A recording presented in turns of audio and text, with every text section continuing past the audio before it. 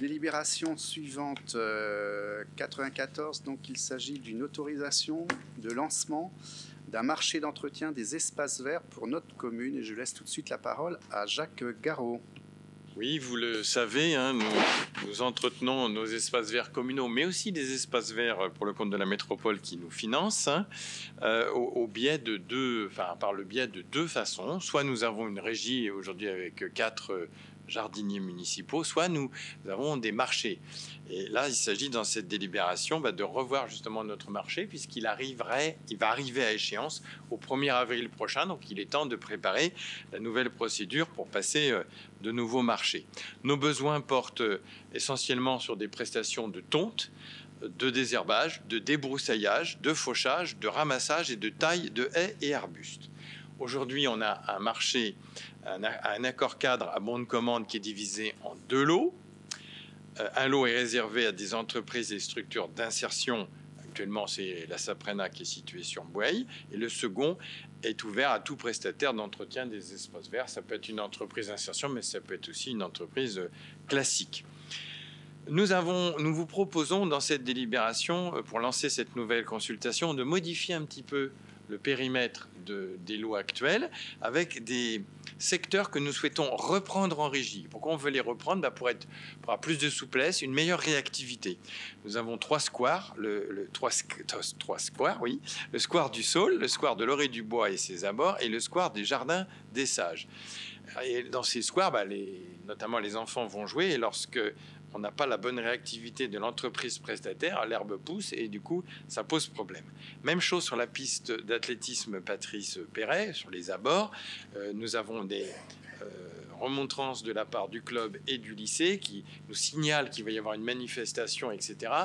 et qui attendent une réactivité de notre part. C'est une entreprise qui, elle, a son planning et des fois, ça ne matche pas. Et donc, l'entreprise n'est pas passée et il y a du mécontentement. Donc, on pense que notre régie aura plus de souplesse et aura une meilleure capacité à être réactif lorsqu'on est sollicité. Donc, c'est pour ça que ces 3 squares et la piste, ainsi que l'accompagnement de voirie de la route Notre-Dame.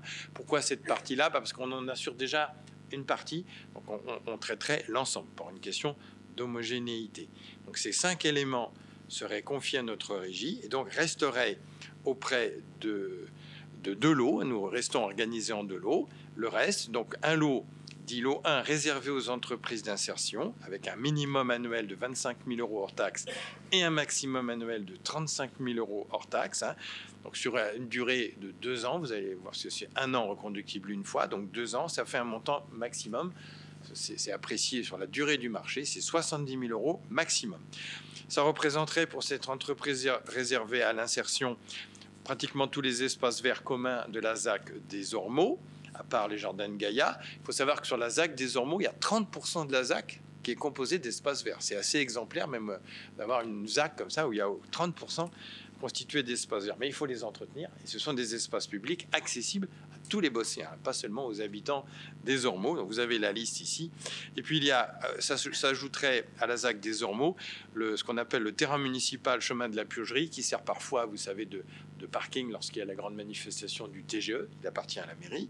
À nous, c'est une fauche. Le parc d'activité de Grandlieu et le terrain qui est à côté du rond-point de Grandlieu. Il y a une petite pointe là qu'il nous faut entretenir. Le lot ouvert, donc pour toute entreprise, lui aurait un minimum annuel de 30 000 avec un maximum de 45 000, soit sur 2 ans, 90 000 € hors taxe. Donc la liste est un peu plus disparate.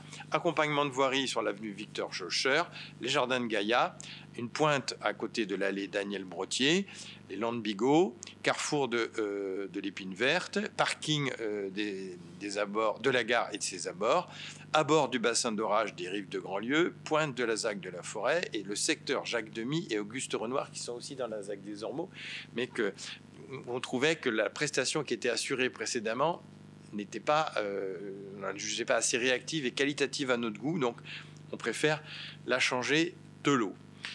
Les conditions d'attribution, bien, ça resterait un accord cadre émis avec émission de bons de commande au fur et à mesure des besoins par période trimestrielle.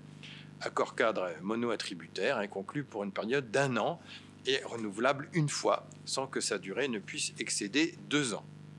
Ce qui va couvrir la fin du mandat. voilà ce qui vous est proposé pour autoriser Monsieur le maire à lancer la consultation de l'accord cadre et à signer ensuite tout document se rapportant à cette affaire. Merci Jacques. Est-ce qu'il y a... Oui, bien sûr, Nicole, je t'en prie.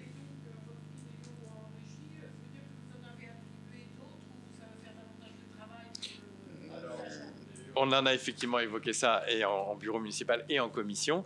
Bien évidemment, si on reprend avec 4 agents, ça laisserait soupçonner que nos 4 agents, il y en a un qui resterait dans un coin à rien faire, ce qui n'est pas le cas.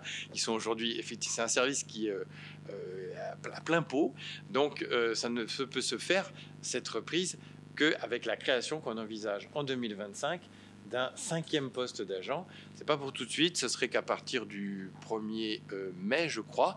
Nous avons déjà, ce sera un autre sujet, hein, mais puisque tu poses la question, on a déjà un tiers du financement dans le budget actuel, puisqu'on a un renfort qui existe pour 4 mois, donc on a déjà le tiers du budget qui existe, et pour le reste, bien, il y a des choses qui vont être confiées en moins au marché, donc ça nous fait quand même une recette, et un transfert en fait, et puis il manque quand même encore quelque chose pour boucler le budget, mais là, la métropole nous aide, puisque nous allons avoir en 2025 une revalorisation des sommes qui nous sont accordées pour entretenir les espaces métropolitains de 26 000 € tous les ans. Alors ça couvre largement les besoins d'un 5e poste. Mais effectivement, tu as vu juste, on ne peut pas faire cela sans, si on reprend des choses en régie, alors qu'on est déjà charrette, il faut créer un 5e poste. Est-ce que tout ça vous semble bien cohérent, mes chers collègues? Merci de cette question, Nicole. Effectivement, était sous-entendu, mais ne passe pas au Conseil. On aura l'occasion, puisque lorsqu'il y a des créations de postes, ça sera effectivement la cohérence de ce transfert où on récupère des lots qu'on confie aux entreprises.